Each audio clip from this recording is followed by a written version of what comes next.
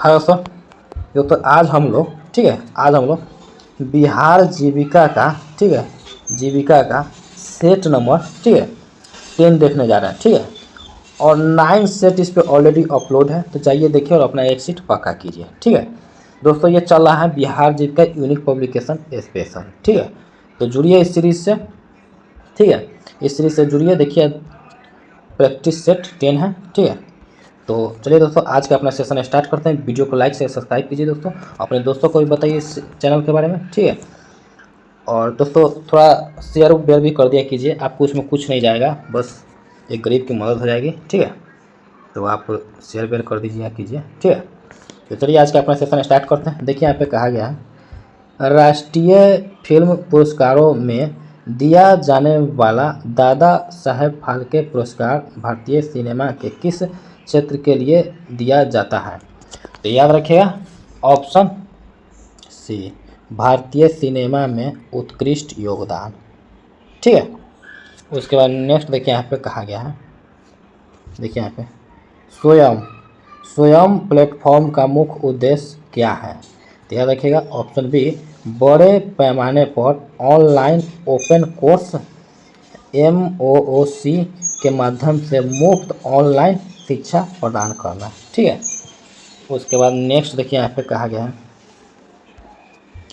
किस अधिनियम ने भारत में कंपनी के शासन को समाप्त कर दिया और शासन सीधे ब्रिटिश क्राउन के अधीन कर दिया। तो याद रखिएगा ऑप्शन सी 1858 का भारत सरकार अधिनियम ठीक है। उसके बाद नेक्स्ट देखिए यहाँ पे कहा गया है, नेक्स्ट में ठीक है, नेक्स्ट देखिए यहाँ पे कहा गया है G77 ठीक है का मुख्य उद्देश्य क्या है।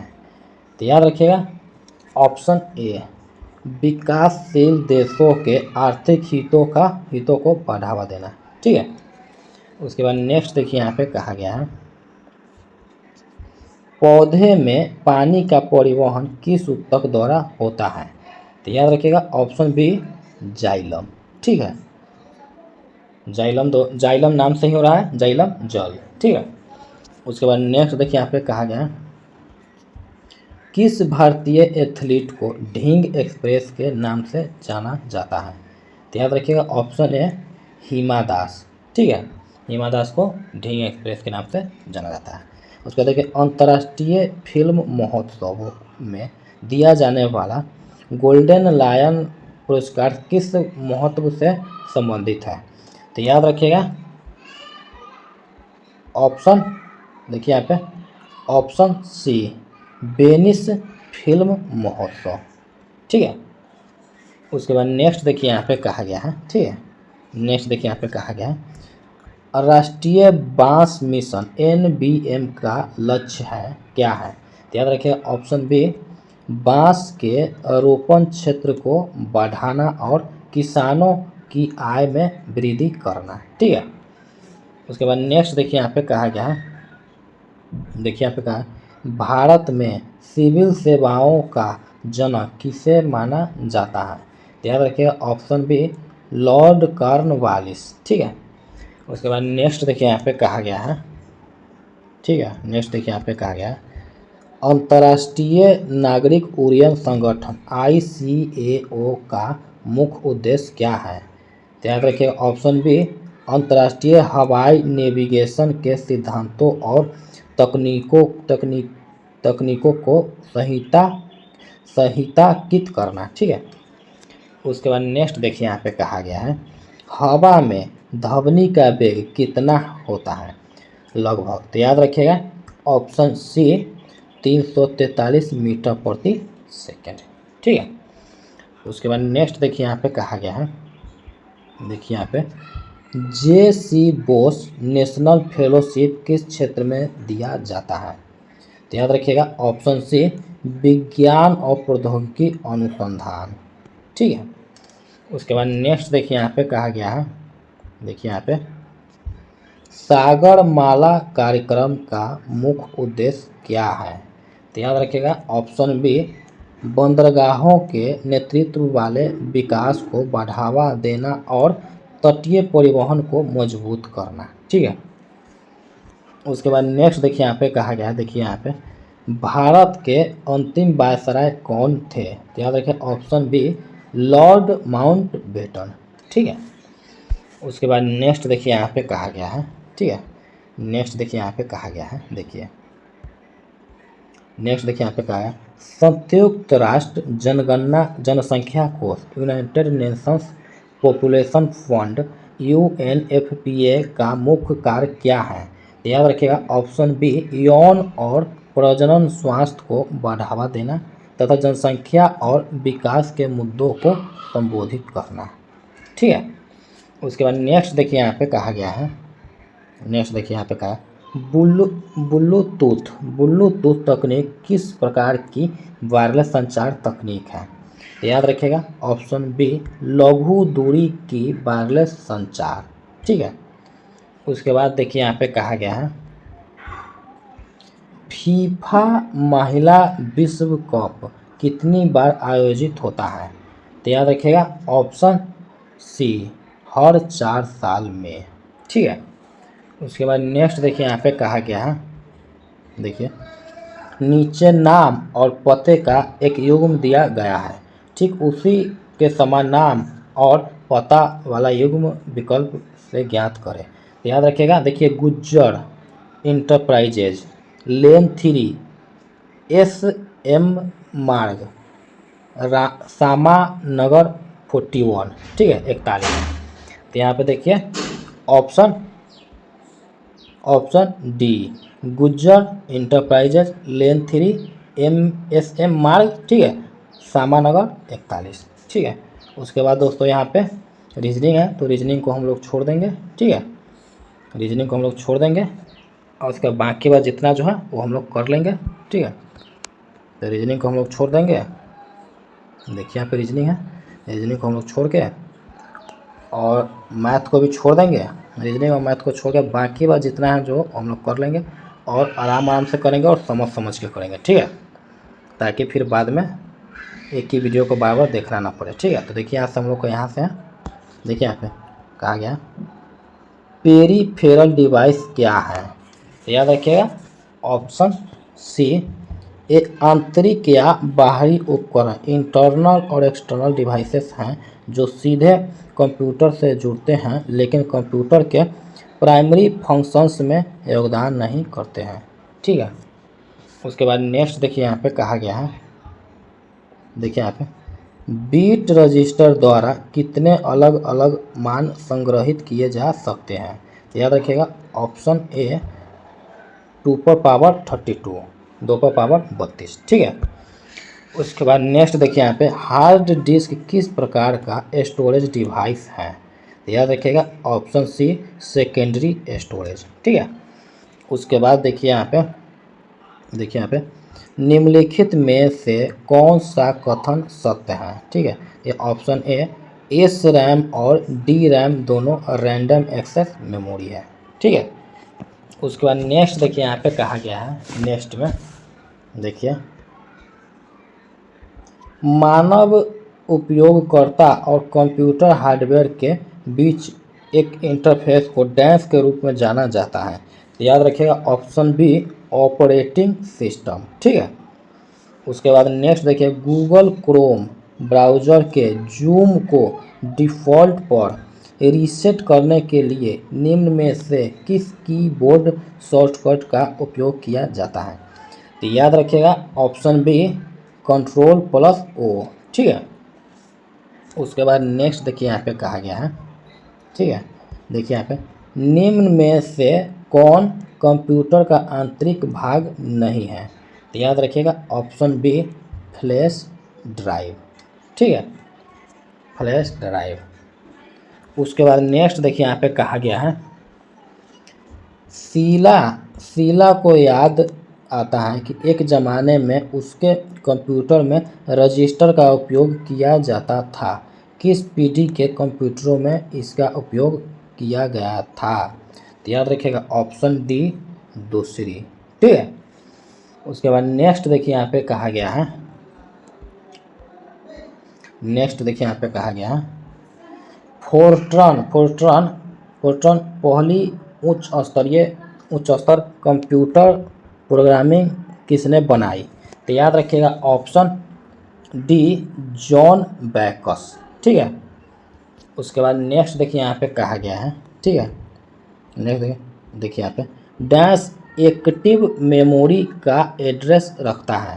तो याद रखिएगा option C memory address register. ठीक है, उसके बाद नेक्स्ट देखिए यहाँ पे कहा गया है ग्रामीण विकास की परिभाषा में स्थिरता सस्टेनेबिलिटी का क्या अर्थ है? तो याद रखिएगा ऑप्शन बी भविष्य की पीढ़ियों की ज़रूरतों से समझौता किए बिना वर्तमान ज़रूरतों को पूरा करना। ठीक है, उसके बाद नेक्स्ट देखिए यहाँ पे कहा गया है पंचायती राज व्यवस्था में अधिकारों के विकेंद्रीकरण डिसेंट्रलाइजेशन ऑफ पावर्स का क्या महत्व है? तो याद रखिएगा ऑप्शन बी निर्णय लेने की शक्ति को स्थानीय स्तर तक लाना ताकि स्थानीय ज़रूरतों को बेहतर ढंग से पूरा किया जा सके। ठीक है, उसके बाद नेक्स्ट देखिए यहाँ पे कहा गया है SHG बैंक लिंकेज में बैंक SHG की किस विशेषता का मूल्यांकन ऋण देने से पहले करते हैं? याद रखिए ऑप्शन बी नियमित बचत पुनर्भुगतान का ट्रैक रिकॉर्ड और समूह का कामकाज। ठीक है, उसके बाद नेक्स्ट देखिए यहाँ पे कहा गया है ग्रामीण क्षेत्रों में दीर्घकालिक व्यवसायिक ऋण लॉन्ग टर्म बिजनेस लोन का उपयोग किस उद्देश्य के लिए किया जाता है? याद रखिएगा ऑप्शन बी कृषि भूमि खरीदना या अस्थायी संपत्ति जैसे ट्रैक्टर डेयरी इकाई में निवेश करना। ठीक है, उसके बाद नेक्स्ट देखिए यहाँ पे कहा गया है निम्नलिखित में से कौन ऑफ फॉर्म आजीविका का उदाहरण नहीं है? तो याद रखिएगा ऑप्शन सी मुर्गी पालन। ठीक है, उसके बाद नेक्स्ट देखिए यहाँ पे कहा गया है पशुधन उत्पादों के विपणन में एक प्रमुख चुनौती क्या है? तो याद रखिएगा ऑप्शन बी उत्पादों का खराब होना और भंडारण की आवश्यकता। ठीक है, उसके बाद नेक्स्ट देखिए यहाँ पे कहा गया है देखिए यहाँ पे ऋण के संदर्भ में मूलधन प्रिंसिपल क्या है? तो याद रखिएगा ऑप्शन बी वह प्रारंभिक राशि जो उधार ली जाती है। ठीक है, उसके बाद नेक्स्ट देखिए यहाँ पे कहा गया है एक प्रभावी बजट का सबसे महत्वपूर्ण घटक क्या है? तो याद रखिएगा ऑप्शन बी यथार्थवादी आय और खर्चे का अनुमान लगाना। ठीक है, उसके बाद नेक्स्ट देखिए यहाँ पे कहा गया है अटल पेंशन योजना APY में नामांकन के लिए कौन सा बैंक खाता आवश्यक है? याद रखिएगा ऑप्शन बी बचत बैंक खाता। ठीक है, उसके बाद नेक्स्ट देखिए यहाँ पे कहा गया है मनरेगा के तहत मजदूरी का भुगतान किस आधार पर किया जाता है? याद रखिएगा ऑप्शन बी कार्य पूर्णता और मात्रा के आधार पर। ठीक है, उसके बाद नेक्स्ट देखिए यहाँ पे कहा गया दीनदयाल अंत्योदय योजना राष्ट्रीय ग्रामीण आजीविका मिशन DAY-NRLM के तहत सामुदायिक पेशेवरों कम्युनिटी प्रोफेशनल्स का क्या महत्व है? तो याद रखिएगा ऑप्शन बी स्वयं SHG सदस्य जो विभिन्न विशेषज्ञता क्षेत्रों में अन्य SHG सदस्यों को सहायता और मार्गदर्शन प्रदान करते हैं। ठीक है, उसके बाद नेक्स्ट देखिए यहाँ पे कहा गया है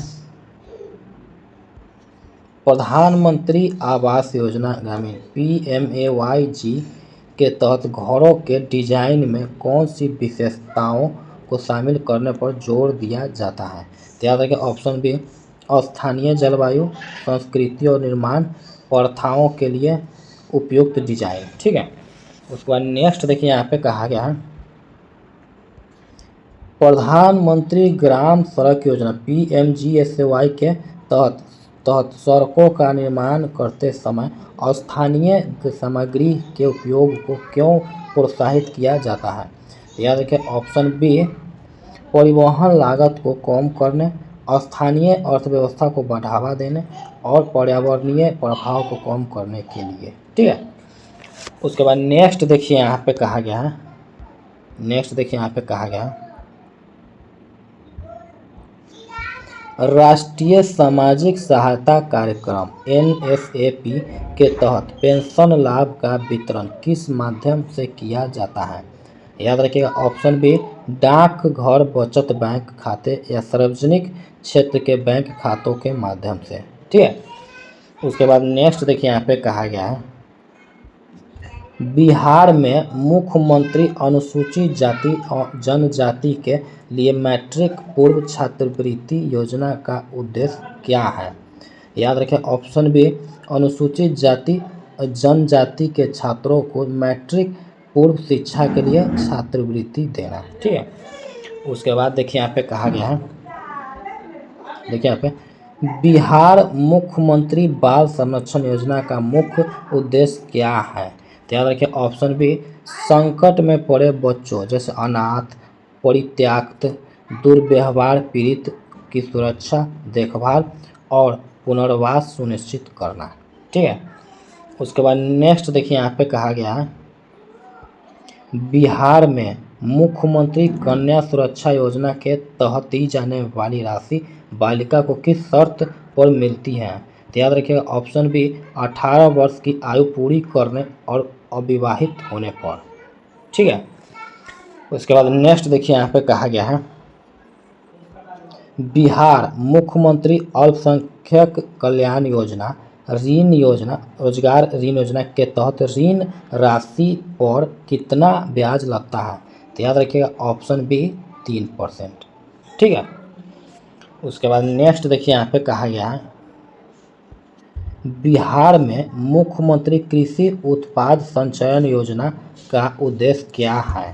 तो याद रखिएगा ऑप्शन बी, किसानों को अपनी उपज के लिए उचित भंडारण सुविधाएं प्रदान करना। ठीक है, उसके बाद नेक्स्ट देखिए यहाँ पे कहा गया है, देखिए यहाँ पे बिहार मुख्यमंत्री विद्यार्थी प्रोत्साहन योजना सामान्य वर्ग के तहत मैट्रिक में प्रथम श्रेणी से उत्तीर्ण छात्रों को कितनी राशि मिलती है? तो याद रखिए ऑप्शन बी, 10,000 रुपये।